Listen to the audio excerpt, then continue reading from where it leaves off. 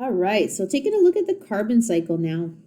So first of all, if you remember, carbon is an element, right? So here's the symbol and the atomic number for it. So carbon is a key component of all living things, okay? So it's the backbone of our DNA, for our cell structure, right? The cell membrane, all the different components of our cells. Essentially, carbon is found in everything that is alive, okay?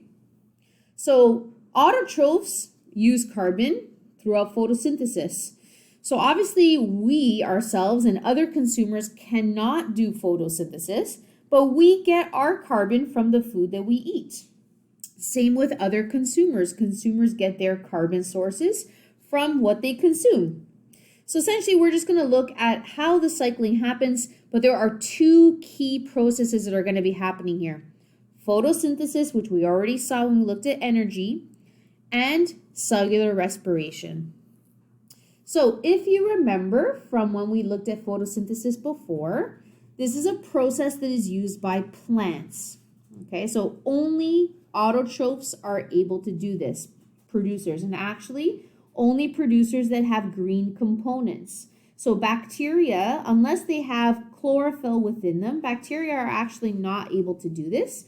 Usually they'll do chemical reactions to produce their energy, but photosynthesis is primarily used by plants and producers from the green components of them, as we mentioned in an earlier video. So how does this process work? So carbon dioxide from the air, water from the soil, and light energy that comes from the sun come together in a chemical reaction to produce carbohydrates, which are also known as sugar, which are also known as, more specifically, glucose, and oxygen. So when the sun is shining, right, the plant is actually producing these sugars. This sugar later on will become an energy source for them. So remember, producers don't have to, they don't eat their food. They are making their own food. So this glucose is their food source. Oxygen is actually kind of like a side product to this process. So the goal for the plant is to make food, to make these carbohydrates. The oxygen is basically let out back into the air. So it's important to know that this can only happen when the sun is shining. So at nighttime, for example, or if it's a very cloudy day, there's not a lot of sun exposure, the plant is not able to produce its food. So when the sun is available and it has all the components that it needs, it will produce as much glucose as it possibly can. This is kind of like an energy storage, so that later on, when the sun is not shining, it can use this food then to actually create energy, which is what we're going to look at later on, okay? So the key here is to look at the carbon, right? So let's look at the carbon. The carbon was originally in the air, right? So the carbon was in the air in the form of carbon dioxide. But now, throughout this chemical reaction, the carbon has been transformed into glucose, which is found inside of the plant cells. So we went from something that is abiotic, so non-living air, into something that is now within a plant cell, which the plant is now a biotic organism, right? So this photosynthesis is one of the, I guess, first big transformations we see with that carbon element. Of course, does that mean, the other elements are not involved? Of course, we have hydrogen and we have oxygen, but really the goal of this is we're trying to track down what is happening and changing to the carbon. Okay, so it's just kind of like a visual for you. So here we have like a green leaf. So what does the plant need? It needs water, right? So it needs water, it needs carbon dioxide from the air, and sunlight. So what ends up happening is it produces glucose, which is what the plant will use as an energy source, and oxygen is released back out into the air, which is great for everything else. Okay? All right, so cellular respiration, let's talk about this. Now, I know I have here, this is a process used by animals, but this is also used by plants. Okay, so really all living things will perform cellular respiration. Okay, so let me correct myself. All living things that use oxygen to live. There are some bacteria and organisms that actually don't need oxygen. They're very rare, like there's not a ton of them. There's way more organisms that need oxygen than don't need it. I just wanted to clarify that. So, cellular respiration, what do? The glucose that's found in the food you eat, okay, let's talk about a human, for example. Let's say you ate an apple, okay, so the apple is coming from a producer. What ends up happening is the glucose is broken down in the digestive system, and of course, we breathe in oxygen gas. So what happens when we're breaking down our food? Well, there are certain things that are being made. We have carbon dioxide that's being produced, water, and here's the main reason why we eat, is energy. So the glucose and oxygen come together to do a chemical reaction to produce carbon dioxide, which we breathe out, right? We cannot use carbon dioxide for anything in our body. This is kind of like the gas is just let out through our breath. Water, which is sometimes used by our cells. Of course, our cells need water, but this can come out through your sweat or through your breath, like we mentioned. And of course, the main goal is energy. So probably, well, what do we use this energy for? So this is where your body uses energy. This is how we get energy to do everything. To think, to blink, to walk, to, move our eyes, move your arms, to breathe, to digest food, to keep your body warm, a certain temperature. This energy is essentially the energy that you need to live. Okay. Now, how much energy does a body need? Well, that's, there's many factors that come into that. So it could be maybe how tall a person is, or how much they weigh, if they're, how much muscle mass they have. So the amount of energy that a living thing needs can be different, but regardless, we need to do this process in order to get energy to live. So you probably want to, well, why do plants have to do this?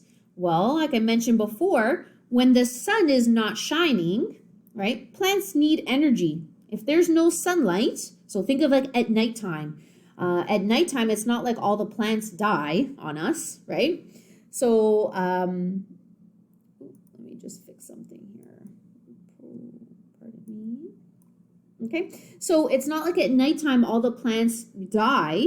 What ends up happening is they basically will do this process. So they're going to take the glucose that was stored that they made when the sun was shining. They're going to use oxygen from the air, and they are also going to produce energy the same way that we would. So when you are looking at this reaction, it should kind of look familiar. It's pretty much the reverse of photosynthesis. Let's go back for a second. Photosynthesis was carbon dioxide, water, and energy that makes carbohydrates and oxygen. Whereas cellular respiration is carbohydrates or glucose, oxygen that make carbon dioxide, water, and energy. So, of course, this is not sunlight energy, but it's energy nonetheless. So sometimes these are called complementary. Okay, so meaning they kind of match together. They're the opposites. They're like synced up with one another. And actually, living things cannot have one without the other, right? If we did not have plants to do photosynthesis, we would not have any energy source to eat. And you're probably wondering, well, maybe we won't have an apple today, but I'll have a piece of chicken. Okay, well, that chicken had to get its energy from eating plants, right? This goes back to food web and food chains. The source of all energy in a food web, of course, is from producers. It always starts with producers. Okay, so these are the steps in the carbon cycle, which I've already talked about a lot of these. There's a few new things on the next slide, but so carbon is found naturally in the atmosphere in the form of carbon dioxide, right?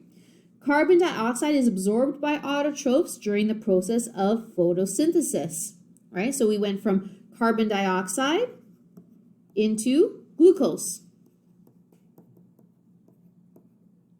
It's a 6. So remember, we're just tracking the carbon here. Of course, there are other things involved, but photosynthesis, the carbon becomes part of the glucose structure.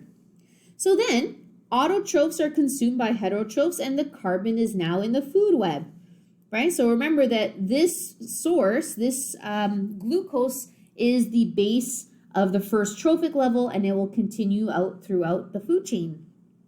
Then what happens is carbon dioxide goes back into the atmosphere. So it essentially goes back into this format once cellular respiration happens, which is what we looked at over here, right? Carbon dioxide. So now this part we haven't talked about yet.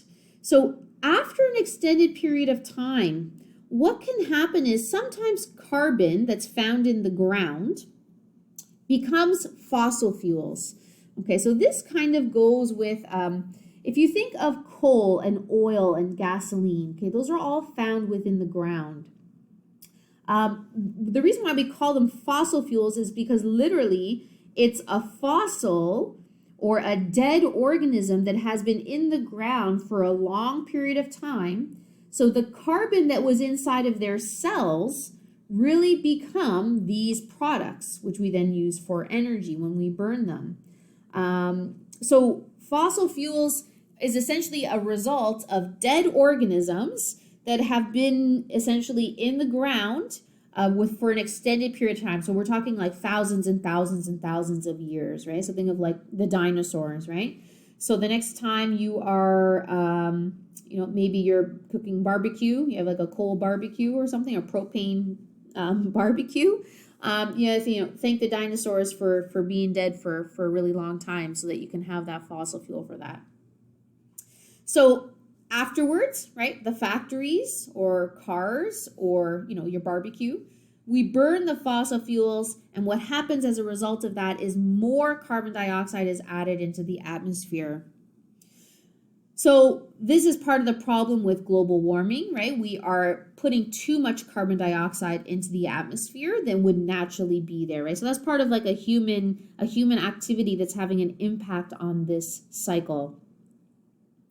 And of course, the decomposers break down all dead organisms and the carbon dioxide is returned to the atmosphere. So decomposers also do cellular respiration.